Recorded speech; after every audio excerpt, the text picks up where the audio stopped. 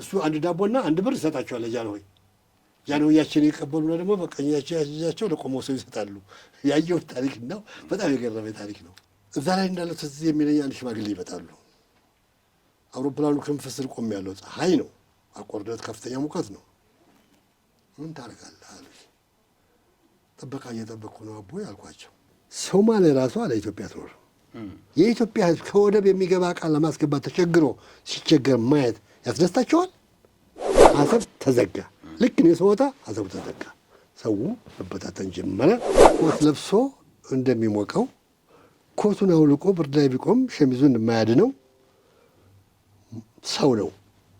ኢትዮጵያን ማጣት የሚያሳብድ ክኒን ካልወሰዱ በስተቀር ጅቡቲ ያለ ኢትዮጵያ በማንም ድጋፍ አትኖርም።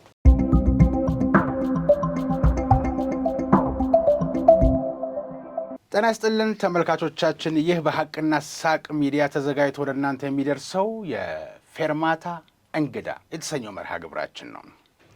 ባለፈው የፌርማታ እንግዳ አቶ ሙልጌታ ሐምዛ ከተባሉ እንግዳዬ ጋር ብዙ ነገር አነስተን ተጨዋውተን ነበር።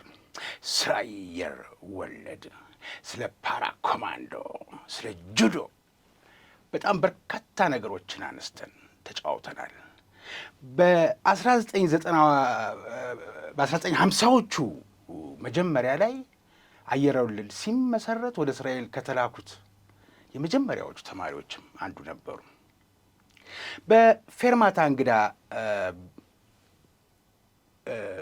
በፌርማታ እንግዳ ደንብ መሰረት አድማጭ ተመልካቾች የሚያቀርቡት ጥያቄ ካለ እኔም አዘጋጁ የጎደለኝ የቀረ ያለኝ ያነሰኝ ጉዳይ ካለ እንግዳይን መልሼ እጋብዛለሁ። እንዲህ አድርገን የተጨዋወትናቸው በርካታ እንግዶች እንደነበሩ አዘነጉም። ዛሬ የባለፈው እንግዳዬ አቶ ሙልጌታ ሐምዛ ደግሜ አምጥቻቸዋለሁ። ምክንያት አለኝ። ያልጨረስነው ወግ አለ። ፌርማታ ላይ ስንሆን ማናነሳው ነገር የለምና ባሌ እንሄዳለን፣ ኤርትራ እንሄዳለን፣ ከአንድም 3 ጊዜ እንመላለሳለን። ከዛ በኋላ ደግሞ ሰውየው ብዙ ናቸው እንዳልኩት የአየር ወለድና ፓራ ኮማንዶ ብቻ አይደሉም። እስራቱንም አይተውታል። ከእስራቱም በኋላ ወያኔ 1983 ከገባ በኋላ ጦሩ ሲበተን እንደ ማንኛውም ወታደር እጣ ፈንታውን ተጋፈጡ። ከዛ በኋላ ደግሞ በሲቪል በርታ የሚባል ኮንስትራክሽን ውስጥ ተቀጥረው በከፍተኛ ኃላፊነትም መስራት ጀመሩ። ያ ኃላፊነታቸው ደግሞ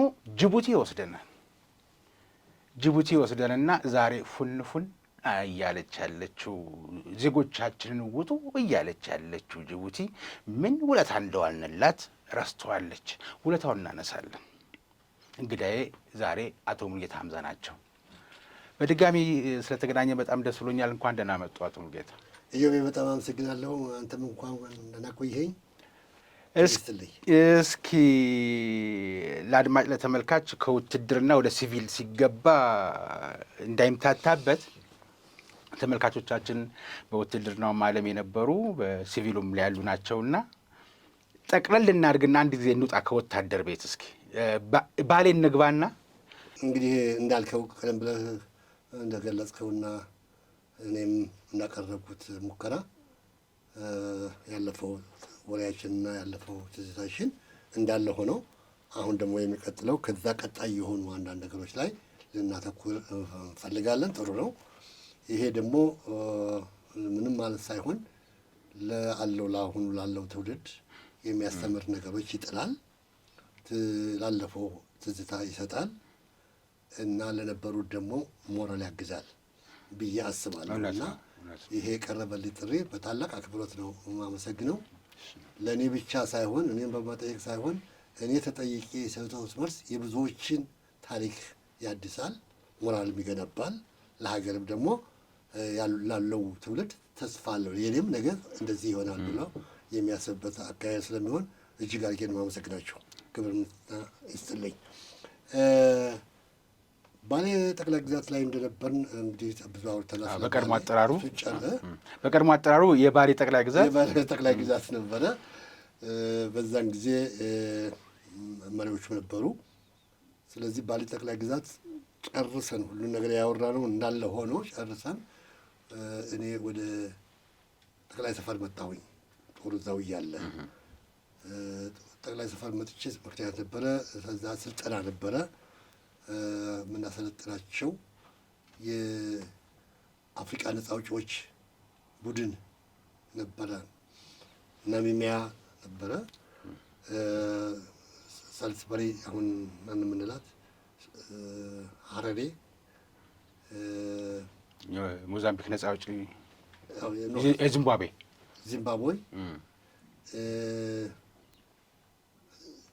ሳምኒዮማ ፕሬዚዳንት ሳምኒዮማ ሀገር ናሚቢያ። እሱን ምንም አልነበረም። እኛ ያስተማርናቸው ወንድሞች ሄደው ነው ውጊያ ጀምረው ትግል ጀምረው ወደ ነጻነት የመጡትና ሳምኒዮማም ፕሬዚዳንት የሆኑት በኢትዮጵያ ድጋፍ ነው። የጆሹዋ ንቆሞና ፕሬዚዳንት ሙጋቤ እኛ ሀገራችን ላይ ነበሩ። ክብር ፕሬዚዳንት መንግስቱ ነበረ የሚረዷቸው። ብዙ ነገር እርዳታ ረድቷቸዋል። ወደ 1000 ከምናምን ጦር ጓደኞቼ አሰልጥነው አዘጋጅተው እኔ ደግሞ ከጅቡቲ ሰዎች ጋር ስለነበሩ ከዛ መጥቼ የምረዳውን ያህል ረድቻለሁ። ብዙ ግን ስልጠናው ላይ የነበሩት ሌሎች ናቸው። ያ ስልጠና ተከናውኖ የዚምባብዌ ማናት ሳሊስበሪ ያልናት አሁን የሙጋቤ ሀገር ማለት ነው። ዚምባብዌ ሀገር ላይ ያ ሁሉ ትግል ተደርጎ ነጻነት ተገኝቷል። አንዱ የኢትዮጵያ ኩራት ነው። ስለዚህ እነሱን ተከትሎ ነው የአፍሪካ መንግስታት በየቦታው ተከታትሎ ወደ አሁኑ ሙሉ ነጻነት የተመለሰው። ከዛ በፊት ሙሉ ከተወሰኑ 2-3 ሀገሮች በስተቀረ አንደር ኮንትሮል ናቸው እና ከዛ በኋላ ነጻ ያወጡት እና ኢትዮጵያ በዛ እጅግ ልትመሰገንና ልትኮራ የሚገባ ታሪክ አላት። ያን ታሪክ ከሰራ ባለውለታ ደግሞ ለሀገሪቱ አየር ወለድ ነው። አየር ወለድ ከማንዴላ ጀምሮ ማንዴላም እዚህ ነው የተማሩት አይደለም? ማንዴላ መጀመሪያ እንደመጡ ክቡር ጀነራል ታደሰ ብሩ አማካኝነት እና ሻለቃ ፍቃዱ ዋኬን ይባላሉ። እኔ በኋላ የገባሁበት የጸጥታ ሚኒስቴር የጃንሆይ መኪና ጠባቂ ነበሩ። መኪና ጠባቂ ስለህ እሳቸው ሲወጡ አሁን የሚደረግ ነገር ነው። ፊት መኪና እየሄደ የሚመራ የጸጥታ ክፍል አለ። ያ ክፍል ማለት ነው። የዛ ክፍል ኃላፊ ነበሩ። እሳቸው ደግሞ ጥበቃ ኃላፊነት ተሰጣቸው እና ዋቴቨር እዚያ ያለውን ስልጠና እንደጨረሱ 22 ታጋዮችን አመጡና ለአየር ወለድ አስረከቡ። ያን ጌታቸው ተረከቡ። እኔና አሁን ጀነራል ደምሴ ቡልቶ በዛ ጊዜ ሻምበል ነበሩ እና አንድ ጥላሁን የሚባል ሶስታችን ያን ኃላፊነት ተረከብን። አሁን ያወራሁትን ስልጠና ሌሎችም አሉ፣ ትልልቅ ጓደኞች አሉ፣ በጣም ኃላፊነት የያዘው በሙያም ክህሎት ያላቸው አሉ። ግን ያው የኃላፊነት ደረጃ ስላለ ሁልጊዜ ኃላፊነት የሚሰጠው ሲነር ለሆነው እና በአንዳንድ ምክንያት ለበለጠ ነው በወታደር ቤት ውስጥ ያ ሆኖ ነው ቀደምት የሆንኩት እንጂ ብዙዎች ከኔ የተሻሉ አሉ፣ የምኮራባቸው ወንድሞች አሉ። ያንን አሰልጥነን ጨርሰን ክቡር ማንዴላንና ወታደሮቻቸው ከሰለጠኑ በኋላ ሄዱ። ያው ሲሄዱ ታሰሩ። እሳቸው ብዙ ነው ታሪኩ፣ ያው መጽሐፋቸው ላይ ያለ። ፋይናሊ እኔ በዚቹ ጨርሳት የሳቸውን ፋይናሊ እስር ቤት ገብተን በነበረበት ጊዜ ሆለታ እስር ቤት ነበርንና እዛ ላይ የማንዴላ ነገር ተነሳ። እኔ አላውቅም፣ ልዩነትም አለ ብዙም የአእምሮ እንትን ወቅቱ አይፈቅድም ያንንና ምንም አላስታወስኩም በእውነት ለመናገር። እዛ ሆኜ መኮንኖች አነሱ፣ አብረው የታሰሩ መኮንኖች ወደ ስናነሳ። መቼ ነው የታሰራችሁት? መቼ ነው የሆለታው ስር? ሆለታ የ83ቱ። እሺ 83ቱ። ሌላ ስራ ስላለ ከዛ በፊት የእርስዎ ታሪክ ሳጠና ከደርግ ስር ጋር እንዳይገናኝ ብዬ። ሆለታ በኢህአዴግ ሲገባ በሙሉ ስልጣን ላይ የነበሩ መኮንኖችና ባለማዕረጎች በተለያየ ቦታ ላይ የነበሩ ኃላፊ። እኔ የወሮ ጉድሩ አውራጃ ኃላፊ ነበርኩ። በዛ ምክንያት በኋላ ደግሞ አምቦ ላይ ሲመጡ ውጊያ ላይ 9 አውራጃዎች ወክዬ እዛ ቦታ ላይ እንድሰራ ተስፋዬ ወልደስላሴ ናቸው አለቃችን ሚኒስትሩ። እሳቸው ለክቡር ፕሬዚዳንት መንግስቱ ነግረው ሰው እንደሚመደብ ወዲያውኑ ሲመጡ እኔን ሲያዙኝ እኔም እዚህ አዲስ አበባ ተመልሼ ነበር። መጀመሪያ ከሄድኩበት ቦታ ከሆሮ ጉድሩ ተመልሼ ሄድኩኝ። ብዙ ነው ታሪኩ፣ እሱ ላይ ብዙ አላወራም። እዛ ላይ እነ ጌታቸው ገዳሙ እነ ጀነራል ጌታቸው ገዳሙ ሌሎችም ትልልቅ መኮንኖች ነበሩ። ከእነሱ ጋር ኃላፊነቴ እኩል ነው። ያንን ጨረስንና ስንመለስ ከዛ ስንመለስ እስር ቤት ገባን አጭሩ። ከዛ ስተመልሰን ነው ብዙ ታሪክ አለ። ትቼ እስር ቤት የገባ ነው። አሁን ባልኩት መሰረት ስልጣን ላይ ኃላፊነት ላይ የነበሩ በሙሉ ይታሰራሉ። ይታሰሩ ከማለት በፊት የሴኪሪቲ በሚኒስትሩ ውስጥ ያሉ የሴኪሪቲ ሰዎች ለትምህርት ትፈልጋላችሁ፣ የሚቀጥለውን ስራ ለመስራት ትችላላችሁ አለ ኢህአዴግ ብልጡ። ከዛ ወሰደና ፖሊስ ትምህርት ቤት አስገባን። ሰንዳፋ ስንሟቀቅ ስንማር ቆየንና መጨረሻው ላይ ታሳሪ መሆናችን ተነገረን። ሆለታ ወሰደን። ሆለታ 2 ዓመት ጠጣን። ከ2 ዓመት በኋላ ፍርድ ቤት በተደረገው በብዙ ነገር ላይ ሰዎች የተመረጡ የታወቁ እንትን ያለባቸው ሲቀሩ ሌሎቹ በየነበሩበትና ባገለገሉበት ህዝብ መካከል ሄደው እንዲገመገሙ ተደረገ። በድሎኛል አልበደለኝም እየተባለ እኔ ወለጋ ነበር የነበርኩትና ወለጋ የሆሮ ጉድሩ አንዱ አውራጃ ነው። እዛ ተላኩት በአጃቢ። በጣም በሚገርም ነገር ለእኔ ራሴ ሰርፕራይዝ ነው የሰጠኝ። ታጅቤ እዛ ስደርስ ከመኪና ስወርድ ተነግሮ ስለነበረ አዲስ ቦታውን የተቀበሉ ሹማምንቶች አሉ። እኔ በነበርኩበት ጊዜ ሽማግሌ ታዋቂ ሰዎች የነበሩ ናቸው። እዛ ጠብቁኝ። አጃቢዎቹን ከይቅርታ ጋር ብለው መሳሪያቸውን የሚያስገቡበት ቦታ ሰጥተዋቸው ለእነሱ ማረፊያ ሰጥተው እኔ ሆቴል አስቀመጡኝ። ቱዛት ኤክስቴንድ ነበረ ህብረታችን ማለት ነው። እኔ አላውቀውም ነበረ፣ ማንነቴን አላውቅም። ከዛ በኋላ ጀመረ ሰው እንዲጠራ ተጠብቆ ተሰበሰበ ሰው በሙሉ። የዛ ጊዜ ጦር በዛ አቅጣጫ ለመጣው ጦር ጠቅላላ ቢልሱማ ወልቂጤማ አብሮት ነበረ። የዛ ኃላፊ ደግሞ ጀነራል ባጫ ደበሌ ናቸው። የአሁኑ አምባሳደር ጀነራል ወደ አምባሳደር እሳቸው የሚሆኑት ሰው ነው። እንትን ነው ህዝብ አዳራሽ ላይ ቁጭ ያልና መድረክ ላይ ወጣው። በቃ ይሄ ሲገርፋችሁ ምን ሲላችሁ የነበረው የአውራጃው እንትን ኃላፊ ይሄ ነው፣ ምንድን ነው የምትፈርዱት በሱ ላይ ብሎ ለህዝቡ ይናገራሉ። በእውነት ነው ምን አለማጋና ሆኖ ሰው አሁንም ይሰማል። 5 የትግራይ ተወላጆች ተነሱ። 5 አይቻቸው እንደዚህ አውቃቸው ደግሞ አውቃቸዋለሁ። ነፃነት ያገኘ ነው ከስር የተረፍ ነው። እሳቸው እዚህ አውራጃ ከመጡ በኋላ ነው እንኳን ሊበድሉን አሉ። ጀነራል ባጫ እሳቸውም ነበሩ መድረኩ ላይ። እሳቸው አይችም የሚመሩት አንዴ ያጨበጭበ ሌላው ልቶ ከዛ በኋላ ከቢሮ ወጣ ወደ ሆቴል ሄድኩ። ከዛ ወደ ሰፈር የተመለስኩ አለቀ። እዚህ ላይ ብዙ ነው ታሪኩ። ይሄ አቶ ሙሉጌታ ይሄ የ83ቱ ነው። 83 ነው። እስኪ አሁን እስራት የሚለው ነገር እንግዲህ ከታች እያጠራን ስንመጣ ደርግም አስሮት ነበረ እኮ እንዳይምታታብኝ ብዬ ነው። አሁን ከባሌ እንመለስና ከባሌ ተመለስንና ኤርትራ ላይ የመጀመሪያ እንግዲህ ቅድም ባለፈው እንደተናገርኩት በኢትዮጵያ ላይ ሰላም ነበር ዳር እስከ ዳር። ጦርነት የጀመረው ኦጋዴንና ሰሜን ነው ብያለሁ ባለፈው እንደዛ ብለው። የአንደኛውን ጦርነት ታሪክ ጨርሰናል። የሁለተኛው ታሪክ ጅመራ ኤርትራ ላይ ነው። ኤርትራ አቆርዴሳ የሚባል ወይም ምዕራባዊ ቆላ ላይ ነው። ምዕራባዊ ቆላ በዛን ጊዜ የነበሩት የተነሱት ታጋዮች መሪ እብሪት አዋት ይባላሉ። እንደተነገረን ነው እንግዲህ በዛ ጊዜ ብዙ ይሄን ያህል አይደለም፣ ግን እንደሱ ነበሩ። ሰውየው 5 ሰዎች ይዘው ነው የሄዱት። ቆማ ጠብቀኝ መሳሪያ ነው የያዙት። ዘመናዊ መሳሪያ ብዙ የለም። ስለዚህ እዛ እሳቸው ገብተው ያን ምዕራባዊ ቆላ በሙሉ አስነሱት። ሰርፕራይዝ ነው ነገሩ የሆነው እና መንግስት ጋር ደረሰ። መንግስት ይህን ፕላን አድርጎ የአየር ወለድ ጦር ከሰማይ ስለሆነ የሚበረው የሚዘለው እንደ ዝናብ ስለሆነ ይሂድና ቆርደት ሜዳ ላይ ዘንቦ ይህን ጫካ ያለ ምንም ያላወቀ ዝም ብሎ የተነዳ ታጋይ እንዳይሆን ይረዳ፣ ጉዳት ከመድረሱ በፊት ይገንዘቡ የሚል ግንዛቤ ይመስለኛል። እንትኑ ሰው ወስደው ሰው ተነሳንና 5 አውሮፕላን ይዘን አቆርዳት ቀጥታ በረራ ተዘጋጅቷል። ከዛ በፊት ዝግጅት ይኖራል። አቆርዳት ላይ እንደተባለው እንደ በረዶ እንደ ዝናብ ዘነባችሁ። ከላይ ዘነብ፣ ያም ሜዳ ሞላ። ሰልፉ ታየ። ዘነባችሁ። ከላይ ዘነብ፣ በጣም ታየ። ከዛ ምሳችን በልተን ፎርስ ሾው ወይም የኃይል ማሳየት ማለት ነው። ተነሳንና ወደ ምዕራባዊ ቆላ ተራራዎች ላይ ማጥቃት ጀመርን። አውሮፕላን መጣ።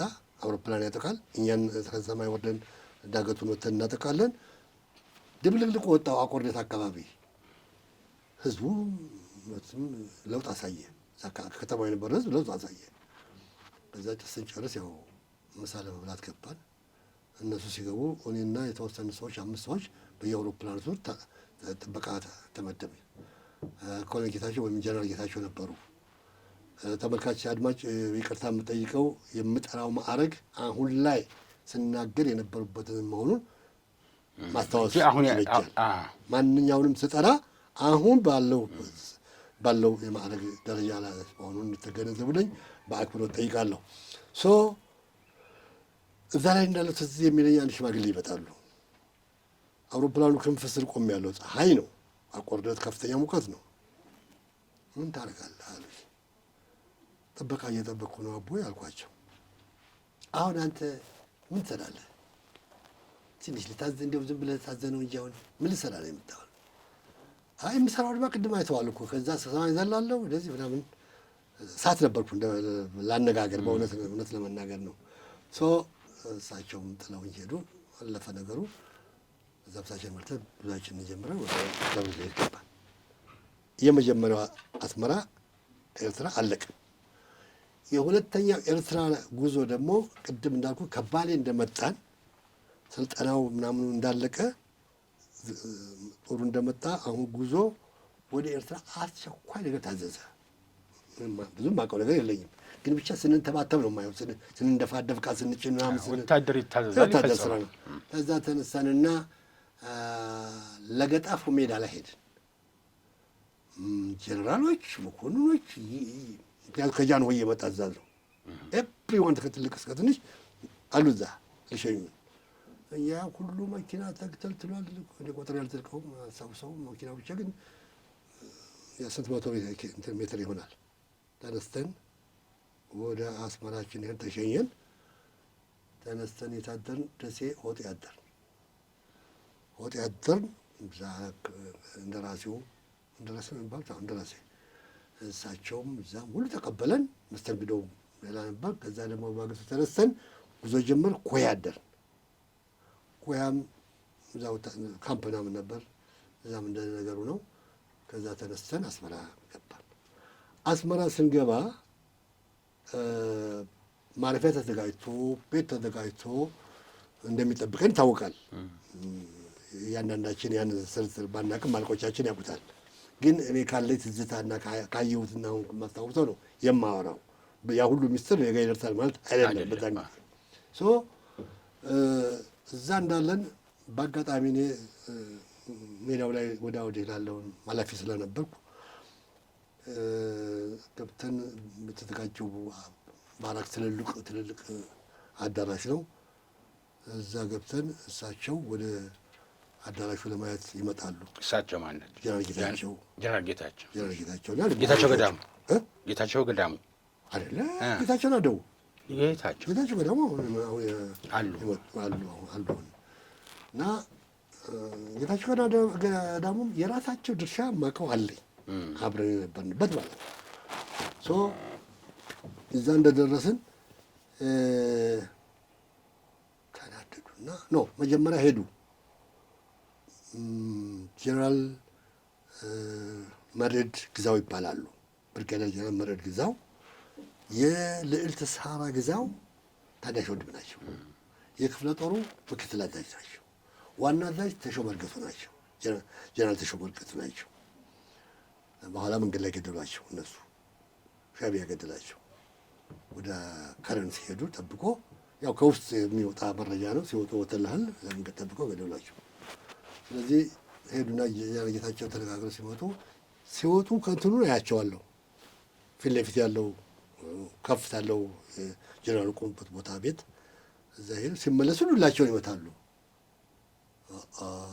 አናቃቸዋለን ባህሪያቸውን። ያን ጌታቸውን ነገር ካላቸው ነው ዱላ ባታቸውን የሚመቱበት። ዱላ አገኛቸው አይጠፋም። ቷ ቷ ቷ እያሉ መጡ። ጠሩ። ከዛ ጀነራል ኮሎኔል ዘውድ የትምህርት መኮንኖች ነበሩ። ማለት መኮንኖች አሉ። እዛ ጠሩ። በጣም ተናደዱ። ምክንያቱም ቤቱ ሲገቡ አቧራው እንዳለ ምኑ እንዳለ እንኳን ሰው ምንም አይገባበት ቢያዳራሽ እንዴት እንዳርገ ይጠብቁኛል ነው እሳቸው ተናደዱት። አውጣልኝ ጫን መኪና እንጃ ምን ያህል ጊዜ ፈጀን አይመስለኝም። ያ ያወረነውን ዕቃ በሙሉ ጭነን ምናምን ጭነን ጉዞ ወደ ኤርፖርት ሄድን። እኛ ያን እስከምናደርግ ሰላይ ተልኳል። ጂፕ ሄዶ ቦታ ጥምቶ ምን ብሎ ቶሎ ይዞላቸው መጥቷል። አውቆላ በእናታቸውን ባህሪያቸውን እናውቃለን። ያ ቡድን ይዞ መጥቶ ሪፖርቱ እንዳመጣ መኪናችን ላይ ወጣን። ተነስተን ኤርፖርትን ወዳው 10 ሰዓት 8 እስከ 10 ባለው ጊዜ ነው የገባነው ኤርትራ ላይ። በዛ ጊዜ ነው ያውሉ ፍጥነት። ምክንያቱም የማትጠብቀው አየር ወለድ ጉልበትና ኃይል እውቀት ሰጥቶታል። በእውነት ለመናገር ሞራል ስላለ ሞራል ነው ለሁሉም ለወታደር ትልቁ ምግቡ ሞራል ነው። ሞራል ካለ ምንም ማሰራው ነገር የለም። በዛ ጊዜ ውስጥ ያንን ጨርሰን ኤርፖርቱ ላይ ድንኳናችንን ተክለን አስተካክለን ስንጨርስ መኪና ፊሻ ተነፋ። መኪና ይሰለፍ ተባል፣ ተሰለፈ። ማሲኖዳ የሚባል ነገር አለ ከጀርባ። ማሲኖዳችሁን ያዙ ተባል። ያዘን፣ መሰለችንን ያዘን፣ መኪና ላይ ወጣን። አልገባንም። ተነስተን ለካ ጉልበት ማሳያ ኖሯል። ኃይል መግለጫ ወይም ደግሞ ፎርት ሾው የሚባለው እንደሚሉት ከተማዋን በሙሉ ዞርናት። መኪናው ግልጽ ነው። መኪናው ቀይ መለዮ ነው ያለው። ምን መጣ የኤርትራ ሰው አንዳንዱም ይሳደባል፣ አንዳንዱም ፈዞ ያያል። ዞረን በሙሉ ተመልሰን ሰፈራችን ገባን። ከዛ መቆየት ጀመርን፣ መዘጋጀት ጀመርን። ጊዜያችንን በአንዳንድ ትሬኒንግ በምናምን እያሳለፍን እያለን ድንገት አሁንም ወደ ደንጎሎ ሂዱ ተባለ። ደንጎሎ ማለት በምጽዋ መካከል የሚገኝ ቦታ ማነው ባህር ኃይል ማሪታይሙን ማሪን ኮማንዶ ያኖርበት የነበረ ካምፕ ነው። አንዱ ካምፕ ለኛ ተለቋል። በጣም ዘመናዊ ትልቅ አዳራሽ ነው። ማሪን ኮማንዶ የባህር አየር ወለድ እንደማለት ነው። አዎ እነሱንም አሰልጥነናል። የእነሱም ታሪክ አላቸው ለብቻቸው ሰልጥነው ባህር ላይ ሬድሲ ላይ ዘለዋል። ሬድሲ ላይ ዘለው አሳይተው ኳሊፋይድ ሆነዋል። እሺ ደንጎሎ ተጠራችሁ? ወደ ደንጎሎ ተጠራችሁ? ደንጎሎ ገባን። ሴት ላደርግ ደንጎሎ በትክክል ቢሮአችንን ቤቱ ቦታ ሰፊ ነው። ቦታውም የተሰጠ ቦታ ነው። ከዛ እየኖር ሁኔታዎችን እያልን አንድ ጊዜ በመጀመሪያ አሁን ያሉት ፕሬዚዳንት ኢሳያስ አፈወርቂ ከዩኒቨርሲቲ የወጡና ሻዕቢያ ውጊያ የመጀመሪያው አድሪስ የጀመረው ውጊያ እየቀጣጠለ መጥቶ ተላ ባይሩ ገቡበት። ተላ ባይሩ የፓርላማው ትልቅ ሰው ነው። ተስፋዬ ገብረዝጊ ተስፋዬ አባታቸው ስም ዘነጋለሁ አብሶሪ እሳቸው የሀገሩ ርዕሰ መስተዳደር ናቸው። በሆኑ አነጋገር ልዑል አስራተ ካሳ እንደራሴ ናቸው። ቢትወደድ አስፋ ወልደ ሚካኤል ይባላሉ። እዚህ የኢትዮጵያ ፓርላማ ዙፋን አባል ናቸው። ግን እዚያ ደግሞ ትልቅ ኃላፊነትና የሀገር እንትን አላቸው። እነዚህ ትልልቅ ሰዎች አሉ። በዛ ጉዳይ ውስጥ ግን ሽፋን ነው ያለው። ይሄ ሁሉ ሆነና እኛ እዛ እያለን ኢሳያስ ከትምህርት ቤት ሄደው እዛ አካባቢ ይገባሉ። እኛ ባለንበት አካባቢ ማይኦ ይባላል። ማይኦ የሚባል የአትክልትና አታክልት የብርቱካን የምናምን ፍሬ ያለበት ወረዳ ነው ብለው ሲነብል ነው። በፍጹም ሰው ይኖራል ብለህ አታስብ፣ ያው የለመደ ሰው ካልሆነ በስተቀር። ስለዚህ እዛ ከመከዱ በፊት መጀመሪያ መረጃ የመጣው ፕሬዚዳንት ኢሳያስ እንደገቡ ይመስለኛል ግሩፕ ይዘው ወደ ምጽዋ ሄደው የባህር ኃይሎችን ልብስ ወሰዱ የተባለበት ታሪክ ነው። አዎ ይመጡና ወደ ባህር ኃይል መሄጃ መንገድ ላይ በደንጎሎና በምጽዋ መካከል ያሉ መንገዶች ናቸው። እዛ ላይ ደፍጠው እንግዲህ ባህር ኃይል በርከት ብለው መጥተው አስመራ ተዝናንተው ምን ብለው ነው የሚሄዱት? የተለመደ ነው። አስመራ መጥተው ተዝናንተው ሲሄዱ መንገድ ላይ ይዟቸዋል። ልብሳቸውን ይገፉና አልገደሏቸውም፣ ይለቋቸዋል። ያንን ልብስ በሙሉ የሰበስቡና ኢሳያስ ከነ ግሩፓቸው አሁን ያልኩ ቦታ ላይ ተራራ ነው። እዛ ተራራ አካባቢ ያሉ አነስተኛ መንደሮች አሉ። እዛ ይገባሉ። ይሄ መረጃ ይመጣል እኛ ጋር እና እኔ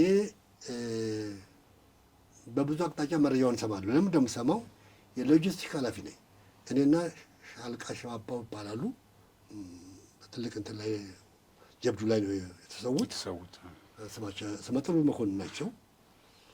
እሳቸው የጠቅላላ የእንትኑ የሎጂስቲክ ኃላፊ ናቸው። እኔ ደግሞ በበታይ ሹምነቴ የበታይ ሹም ኃላፊ ነኝ። ያንን እየሰራን ብዙ ነገሮችን እንሰማለን፣ እናውቃለን። ልክ አብረን እንዳለንም እናያለን። ምን ሄድበትም ጊዜ አለ።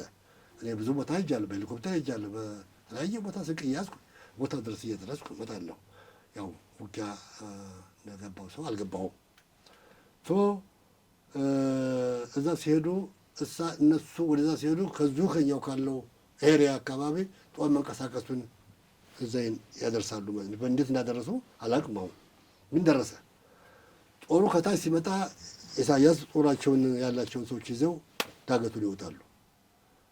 ምንም ሳይሳካ ቀረ። የወሰዱት ልብስ እንዳለ እዛ ጎጆ ውስጥ አለ። እሱን ይዘው መጡ። ከዛ ቀጠለ።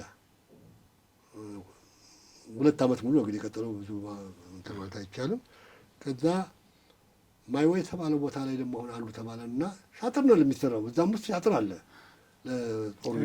ጦሩን ለማድከም ነው። አዎ ማይወ የሚባል ቦታ አሁን ያልኩ ቦታ ፉል ውሃ ያለበት ቦታ ነው። 100 ሜትር መሰለኝ ሲሌ ብሎ ወጣች። 100 ሜትር ነው እንደዚህ ገደማ ነው። አሁን ትዝ አይለኝ። በጣም ግን የወረደ ነው። እዛ ቦታ ላይ ጦር ሄደ። ጀግና ጦር ነው። ያው ስሙ ሞራሉ በዛ ጊዜ እንዳለ ነው። እዛ በረሃ ውስጥ ሲገባ አልቻለም። ውሃ የለም። ወደ ውሃ ልቅ ሰው ያሙቀት በቀጣለው ስትሮክ መታው። መረጃ መጣ። ጌታቸው አበዱ ወዳው የሚያስፈልገውን ጉዞ ጤነን ምናምን እኔም አብሬ ተነስተን አይወሄድ እዛ ቦታ ስንሄድ በየዛፉ ሰው ይወደቃል። አፉን ከፍቶ የተቀመጣለ ብዙ ችግር ነበረ። ምንም አልጋቻ እንኳን ለማንም የሚቻል አይደለ የሆነ እኛ ራሳችን በዛ ደቂቃ ውስጥ ለመቆም በጣም ተቸግረ ነበር። ብቻ ቶሎ ጎዱትን አነሳን። ለሌላው ይዘነው ከሄድነው ላይ የሚበሉትንም የሚጠጡትንም የሚያስፈልገውንም ሲሰጥ ሰው እየተለቃቃ መጣ እና ቀጠሉ። አልተመለሱም። እነዛን ይዘን መጣ። እዚህ ላይ ሕክምናው ምናምን ተደረገላቸው። እነዛም ወዲያው ሪግሬት አደረጉ። ደህና ተመለሱ። ያ ካለቀ በኋላ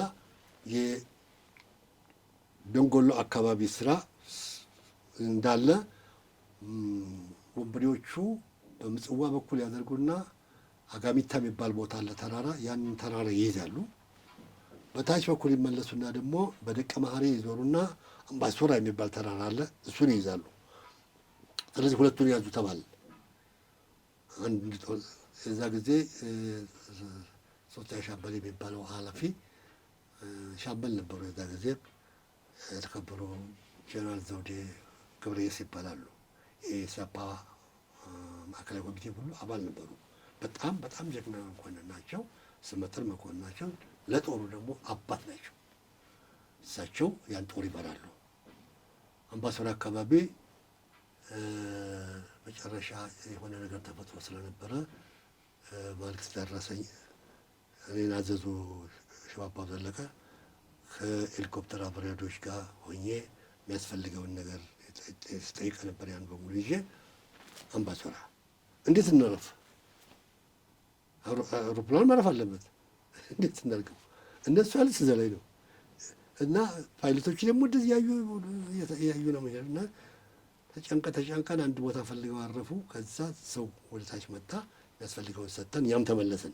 እግዚአብሔር ይመስገን ይኸው አሁን ድረስ አለን ማለት ነው። እና ያን ሁሉ ሲደረግ የነበረውን የፈጀውን ዓመት ፈጅቶ አስለቀቀውን ቦታ አስለቀቀን ነፃ ካደረግን በኋላ ወደ ምጽዋ ግቡ ተባለ። ወደ ምጽዋ ከመግባታችሁ በፊት አውሮፕላኑ ለምን ያርፋል? ጠላት ባለበት ወረዳ እናንተ ለምን አዘሉም ነበር? ትእዛዙ እንዴት ነው? ጥሩ ጥያቄ ነው። ምክንያቱም የአየር ወለድ ትልቁ ባህሪና ስለተፈጥሮ ከሰማይ ወርዶ ድንገተኛ ጥቃት አድርጎ ጠላትን አሸንፎ መመለስ ነው። አገሪቱ ያን አልፈቀደላትም። ሁለቱንም በወዝ መጠቀም ፈለገች። በእግረኛም በዝላውም። እግረኛ ሲያስፈልግ እግረኛ ሆኖ ይገባል፣ ዝላይ ሲያስፈልግ ይዘላል። ስለዚህ አውሮፕላኑ ለምን ያርፋል ብዬ ነው። አውሮፕላን አይደለም እኮ ሄሊኮፕተር ነው። ሄሊኮፕተሩ ላይ እኔ ነኝ ያለሁት እኮ ለእኔ ስል ነው። እኔና ለያዝኩት ዕቃ ግን ለጦር አይደለም። እኔን ይዞ ስንቅና የሎጂስቲክስ አለ ሆነ የሚያስፈልግ ነገሮች አሉ። አይወረወርም፣ ማንሳት አስፈላጊ አይደለም። የሚወረወር ባለመሆኑ እና አሁን ተረድቻለሁ። ቦታ ደረስን። እኔ ያልገባኝ ተመልካች የማይገባውን ብዬ ነው የማቋረጠው። እሺ፣ ስለዚህ እዛ ደረስንና ያን አስረክቤ ተመልሰን በሰላም መጣን። እንደው እየተንገዳገደ ነበር ሄሊኮፕተሩ። ምን እያዩ ብዙ ነው ጭነት እነሱ ያውቃሉ፣ እኔ አላውቀውም። እና ከዛ ተመልሰን ገባን ሀገራችን። ያና ጨረስን። በተለይ አጋሜታ ላይ የሚደረግ ውጊያ ጀብዱ ተወርቶ አያልቅም። የመኮንኖቻችን እዛ የነበሩ መኮንኖቻችን ለወታደሮቻቸው አእምሮ ነው የሆኑት ማለት እችላለሁ። አሁን ላይ ሆኜ ሳስበው የሚሰሩት የሚያሰሩት ስልታቸው፣ አካሄዳቸው፣ የሚወስዱት ውሳኔ ሁሉ ጥበብ ያለበት ነበር። የዛ ጊዜ ይህን ያህል ብዙ የታወቀ ዘመን አይደለም ማለት ይችላል። በብዙ ነገር ቴክኖሎጂም የለም እና ግን እኛ በጣም ሄደናል ማለት እችላለሁ። አፌን ሞልቼ ብዙ ነገሮች አሳልፈናል። አሁን ላይ ሆኜ ሳየው ማለፍ የማንችላቸውን ነገሮች እንዳለፈ ሳይ ዋው ብላለሁኝ። ከመሪዎቻችን ብስለትና እውቀት የተነሳ ነው። እዛ ውስጥ አሁን ትልልቅ መኮንኖች አሉን። አሁን የኢትዮጵያን የውጊያ ብቃት ያሳወቁት አመራር ያሳወቁት ኮሎኔል እስጢፋኖስ ገብረ መስቀል ኮሪያ የዘመቱ ስመጥር መኮንን አሁንም በታሪክ ያሉ ናቸው። እሳቸው የሚኖሩበት አለ። ትልቅ ጀብዱ ባለፈው እንደነገር ነው የተጎጫሌ ትልቁ ውጊያ ያመጡ እንደነ ሽባባው ዘለቀ፣ ሻምበል ዘቋባው ዘለቀ፣ እንደነ ጀነራል ኮሎኔል ብርሃኑ ባዬ፣ እንደ ተፈራ ሻምበል ተፈራ፣ ሻምበል ኪሮስ አለማየሁ የደርግ ዘመቻ ምናምን ነበሩ፣ ደርግ አባል ነበሩ። እነዚህ መኮንኖች የነበሩበትን እና መኮንኖቹ ከወታደሮቹ ጋር እንዲህ የተጣበቁ ናቸው። ወታደሮቹ እኛ የእነሱን አመራር እንደ ምግብ ነው የምናየው። እውነት ለመናገር እንደዚህ አይነት አመራር ባለበት ሁኔታ በተለይ አየር ወለድ ደግሞ የሚያደርገውና የሚታወቀው የሚለየው በቀይ መለዮ እና ቀይ መለዮ ደሜን እንካ፣ ምንም ድርድር የለውም። እኔ ላንተ ደሜን፣ እኔ ለሀገሬ ደሜን። መለዮ ጋር በተያያዘ እርሱ የታሰሩበት አጋጣሚ ነበር። እዛ ስንጨርስ ምጽዋ ውረዱ ተባል። ምጽዋ ከመራች በፊት ጃንሆይ አንድ የውጭ ሀገር መሪ ንጉሥ ሲሆን ዋቴቨር ይዘው አስመራ ይመጣሉ። አስመራ ይመጡና እሱን ያስተናግዱና እሱን ይሸኛሉ። የቅድም እንደነገርኩ የክፍለ ሀገሩ ርዕሰ አስተዳዳሪ ተስፋዬ ገብረዝጊደ ተስፋዬ ይባላሉ። ክብረቶም እና ተስፋዬ ምናምን ነው የሚባሉት። እሳቸው ጃንሆይ ጋር ናቸው ያሉት። ጃንሆይን የተለመደው ምጽዋ በአውሮፕላን ነው። እንግዲህ ጃንሆይ የአየር ወለድ እዛ መኖሩን ይወቁ አለ ሊያውቁ ይችላሉ። የጦር ኃይሎች ጠቅላይ አዛዥ እኮ ናቸው አይደሉ እኮ ሪፖርት ብቻ እሱ ደግሞ እመጣልሃል ሪፖርት ራሴ እንደማቀርብ ከዛ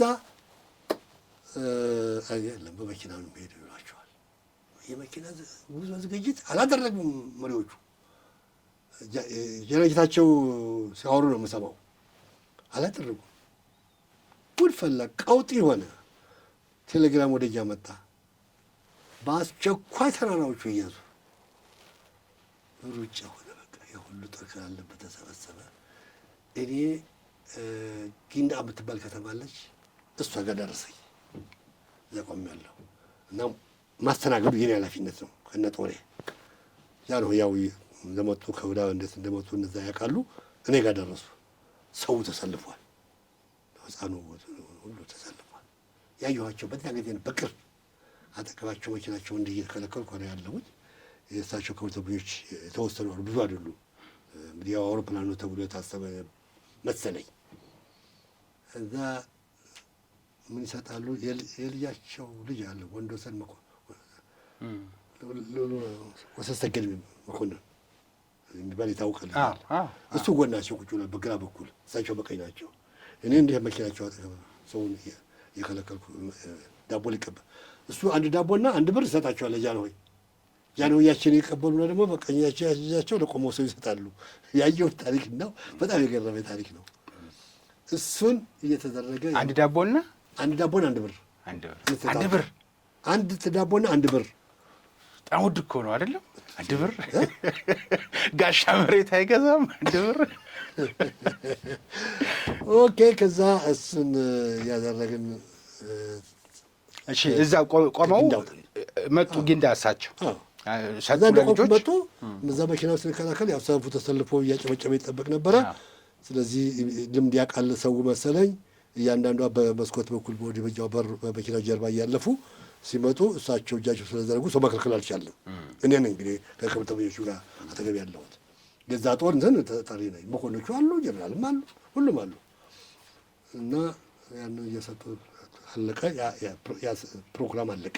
እሺ፣ ከዛ ወደ ምጽዋ ገባን። ያው ምጽዋ ባገባንበት ጊዜ ቤተ መንግስቱና እሳቸውን መጠበቅ ነበረብን።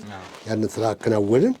በሰላም ሸኘናቸው ባጭሩ እና እኛ በዛ ላይ ብዙ ስራዎች፣ ብዙ ኦፕሬሽኖች ቅድም የነገርኩህን አጋሚታ ምናምን የሚባለው ተራራ ሁሉ እየዳሰስን ወደ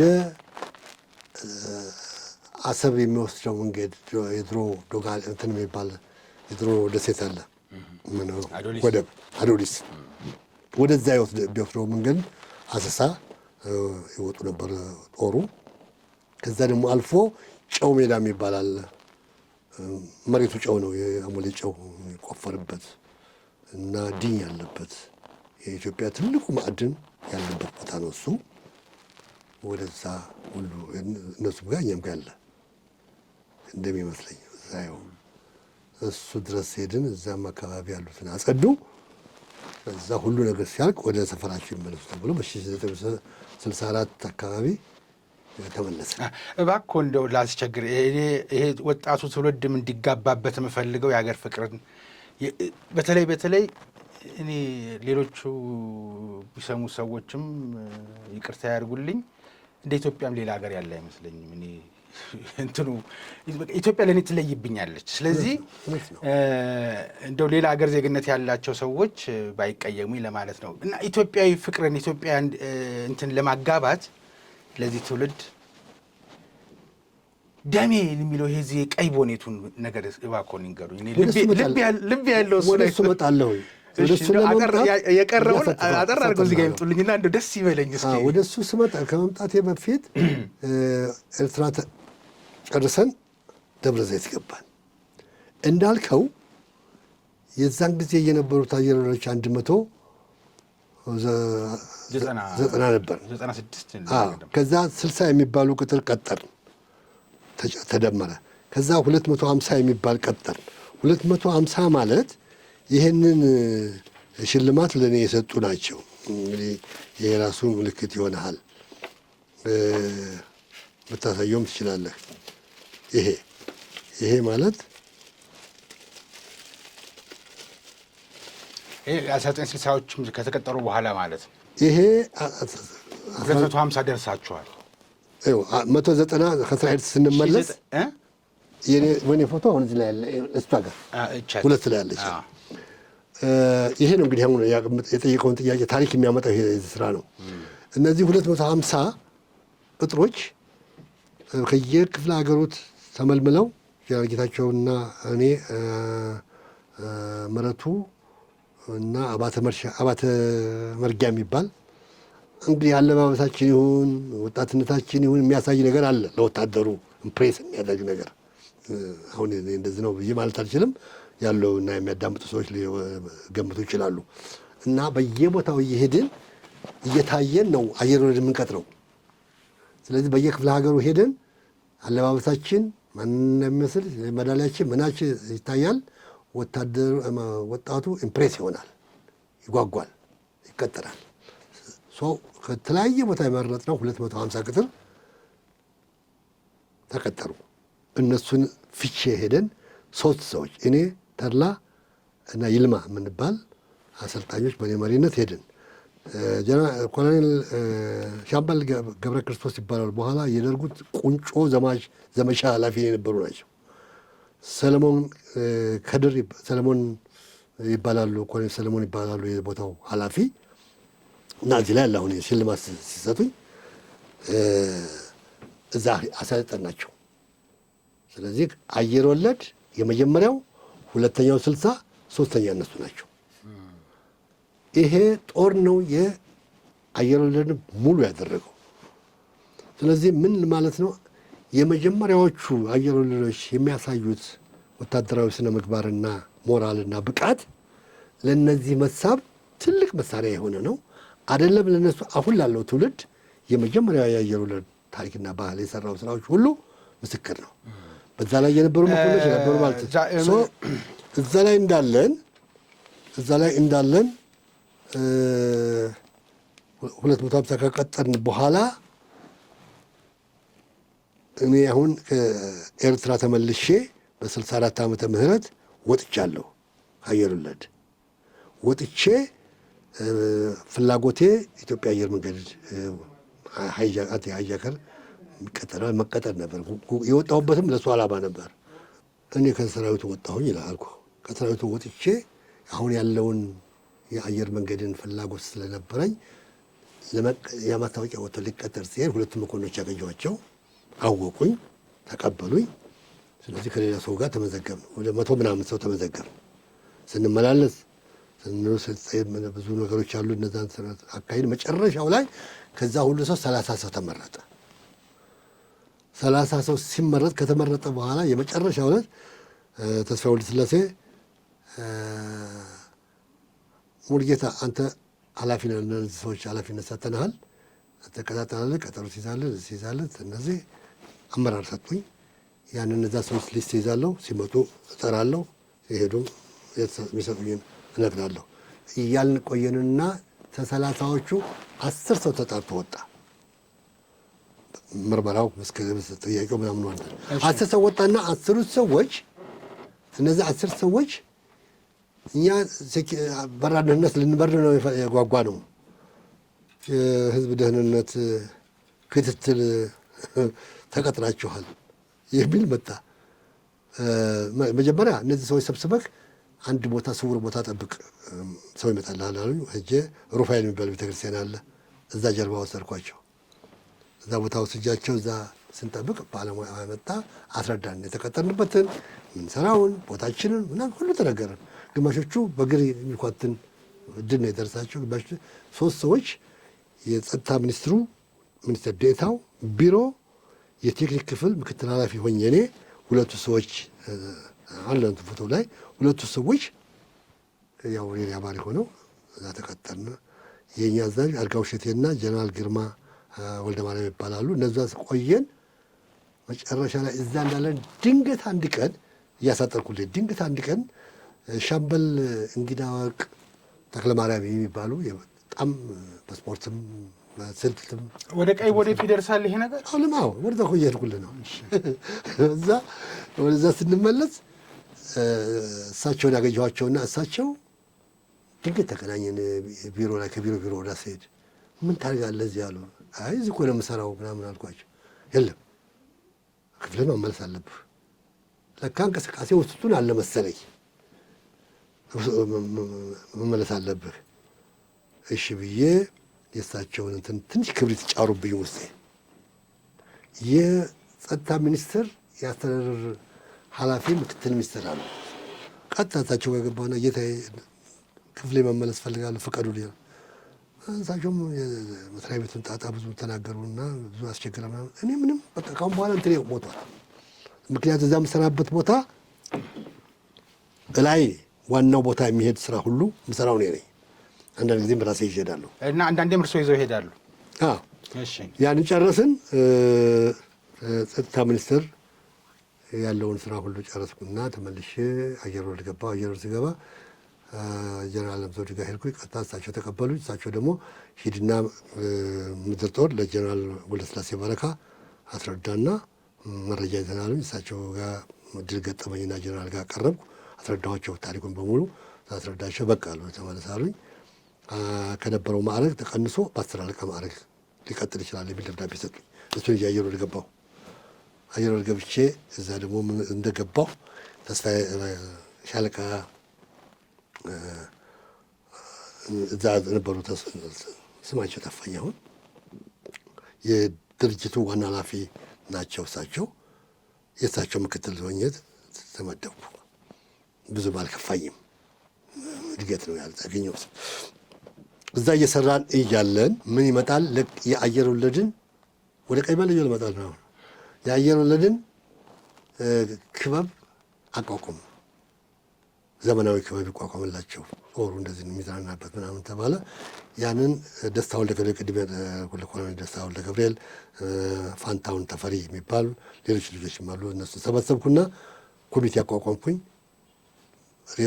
ኦርጋናይዝ አደረግን። በሙሉ ጨረስን። የሚያስፈልገው አዳራሹን በሚያስፈልገው መልክ አዘጋጀን። ለዛ ግብአት የሚያስፈልገውን ጦሩ የሚገዛው አላለም የሚያስፈልግ ፍጆታ ምናምን ሁሉ አስገባን። ጦሩ የምንጠቀምበትን ሁሉ አስተካከልና ጨረስን። ጨርስ የአየር ወለድ በዓል ይዘጋጅ ተባልና በዓል ሲዘጋጅ ከዛ በፊት ግን ያው እንትኖች ልከናል፣ ደርጎች ልከናል። ደርግ ተመርጦ ነው ይሄ ሁሉ የሚከናወነው። የደርግ አባሎቻችንን መርጠናል። እነ ሻምበል አባተ መርሻ፣ እነ ክቡር ኪሮስ አለማየሁ፣ ሌሎችም መኮንኖች አሉ። እነ በቀለ ደጉ፣ እነ ማነው ፍቅር የተረጋባቸው እኔ ኃላፊ ነበር። በኋላ እነሱን መርጠናል። አሁን ደርግ አባል እነሱ አሉ። ያንን በዓል ተዘጋጀ። የሚጠራ እንግዳ ሲባል የመከላከያ ሚኒስትሩ አያሌው ማንደፍሮ፣ የጦር ኃይል ጠቅላይ ኤታማዦር ሹም ጀነራል ጊዛው በላይነህ እና ሌሎቹ ከእነሱ ጋር ያሉ መኮንኖች በሙሉ ተጋበዙ። ኮሎኔል አለምዘውድ ናቸው ያሉት። በዓሉ ሲዘጋጅ ተዘጋጀን። ያንን እንትን ለማስመረቅ ነው ክበቡን ለማስመረቅ እና የአየር ወለድ ደግሞ በዓል ስለነበረ እሱን አገናኝተን ያሰራ ነው። አሁን ሰልፍ መደረግ ነበረበት። አየር ወለድ ሰልፍ ማሳየት አለ። ከዛ በፊት ግን ታንከኛና አየር ወለድ መለያውን ይቀይር ተብሎ ተወስኗል። እኛ ደግሞ ኖ ብለን በውስጣችን ይዘነዋል። አሁን ተነጋግረናል፣ ተመካክረናል። ወደ ምን እንዲቀየር ነበር የታቀደው? እንትን ይሄ ምንድን ነው አዲስ እንትን የሆነ ኮፍያ ወጣ ነበረ፣ ክብ የሆነች ነገር እንዲ የባህር ኃይል አሁን የሚያደርጋት አይነት ሆኖ ደርግ ራሱ የሚያደርገው መለዮ ሆኖ አረንጓዴ እሱ ተሰጥቶ ነበረ። እሱንም አላደረግንም። የበዓሉ ዕለት በሙሉ ባለስልጣኖች እያሉ መለያቸውን እንትናችሁ ውስጥ እንድትከቱ ተባብለን ተነጋገርን። ሰልፉን መመራው እኔ ነኝ። ከፊት ያለውን ሰልፍ የሰልፍ መሪ አለ አይደለም ሰላምታ የሚሰጥ እሱን እኔ ነኝ ተሰጠኝ። የዛም አስተማሪ ስለሆንኩኝ እንደው ሊሆን ይችላል ብዬ አስባለሁ። ፎቶግራፉ ላይ ያለው እዚያ ያሳየው ፎቶግራፍ ላይ ያለ በፊት አሁን ወደዛ ለመሄዳችን ስንዘጋጅ ህዝቡ ተሰብስቦ ቁጭ ብሏል። መኮንኖቹም በቦታቸው ላይ ናቸው ያሉት። ስሎጋን አለን፣ በራሪ ነብር እና አየር ወለድ የሚል ስሎጋን አለ። ያን ስሎጋን ካልን በኋላ ቀይ መለያችን ይፈሳል ደማችን፣ ለቀይ መለያችን ይፈሳል ደማችን ላጥ ከየኪሱ አድርጎ መለያውን በእጁ ላይ ያ እዛ የተቀመጠ ስቴዲየም ያለ ህዝብ በሙሉ በጭድ በእልልታና በጭብጨባ ሲቀልጥ እንግዶቻችን ደነገጡ። ምክንያቱም ትልልቅ ሰዎች ናቸው። ይሄ ነገር ተነግሯል፣ አላሰቡትም። መለያችን አጠርን፣ ሰልፍ ገባን፣ ሰላምታ ሰጠን፣ ሄድን፣ አለቀ። እዚህ ላይ አበቃ። ቀይ መለዮ በዛን ጊዜ አስከበርናል፣ አልወረደችም። ከዛ አስመራ ቀጠልኩልህ። አስመራ ተነስቼ ሶስተኛው አስመራ ቀጥታ እዚህ የተከፈኩት እዛም ጦር አለን። እዛ ደግሞ በኮሎኔል አለማየሁ አስፋው ይባላሉ። እሳቸው መሪ ሆነዋል። የጦሩ መሪ ተለዋውጦ ስለነበረ እሳቸው ጦሩን ይዘው እዛ አስመራ ላይ ግብ ያደርጋሉ። እሳቸው ደግሞ ሌላ ሀሳብ አላቸው ውስጣቸው። ለካ እኛ እናቅም ይሄን ነው። ተነስቼ አስመራ ሄድኩኝ። አስመራ ዝግጅት አደረግኩና ጌታቸው ናደው የክፍለ ጦሩ የኤርትራ ጠቅላይ ግዛት እንደራሴ ናቸው በደርጉ። እሳቸው የኛ ናቸው። ዓላማው ከአየር ወለድ ቀደም ሲሉ የነበሩት መኮንኖችና ባለመርጎች ወጥተው የነበሩት በበዓላችን ላይ ተገኝተው ሽልማትና ማስታወሻ እንድንሰጣቸው ነው። አስመራ ሄደን ይህን ስናደርግ ጌታቸውን የክብር እንግዳ ጋበዝኩኝ። በዓል ማታ ነበር ተደረገ። ከዚህ ስለሺ የሚባል የደርግ አባል፣ ሌሎችም ፍቅሬም በቀለ ደጉም ነበሩ። በዓሉ በደንብ ተከበረ። ሽልማቱን ሰጠን። ጀነራል ጌታቸውም ሽልማታቸውን ተቀበሉ። ራሳቸው ከሌላ መኮንን ወርዶ እሳቸው ወርዶ ተቀበሉ። በጣም ሳቁ። በዛን ጊዜ ተደሰቱ። ያን ካደረግን በኋላ እሳቸውና እኔ ደግሞ የበለጠ ተግባባን እና ቤተ መንግስት እንድትመጣ ቤተ መንግስት በሚቀጥለው ቀን ሄድኩ። ሲሄድ እኛቸው በሚቀጥለው ስመላለስ ቤታቸው አንድ ተከፍቶልኛል። ሲሄድ እዛ የነበረ የእሳቸው የቅርብ ሰው አለና ያቀኛልና አብረን ገባን። ቴፕ ከፈተ። የመጀመሪያ ጊዜ ያን ቴፕ ሳዳምጥ ጀነራል ኢያሱ መንገሻ ኢዲዩን የመሰረቱበትን ጉባኤ እዛ ካሴት ላይ ሰማሁት። የመጀመሪያ ያለቀና መለያችንን ጨረስና ደብረ ዘይት ተመለስን። ደብረ ዘይት ስንመለስ ልክ አውሮፕላን ስወርድ የደርግ ምን ስም አላት ጂፕ ናት፣ እዛ ቆማለች አውሮፕላኑ ጋር። ከአውሮፕላኑ ደርግ ተቀበለኝ። እየታሰረ እዛ የተከበቡ የታሰሩ ሰዎች ነበሩ። ከነሱ በመለየው ምክንያት እንግዲህ ሁሉ እኛ ካሰብነው እቅድ ውጭ አሳምፀሃል ነው። አዎ እና አንተም አስተባብረሃል ነው ነገሩ መሰለኝ። ገባን።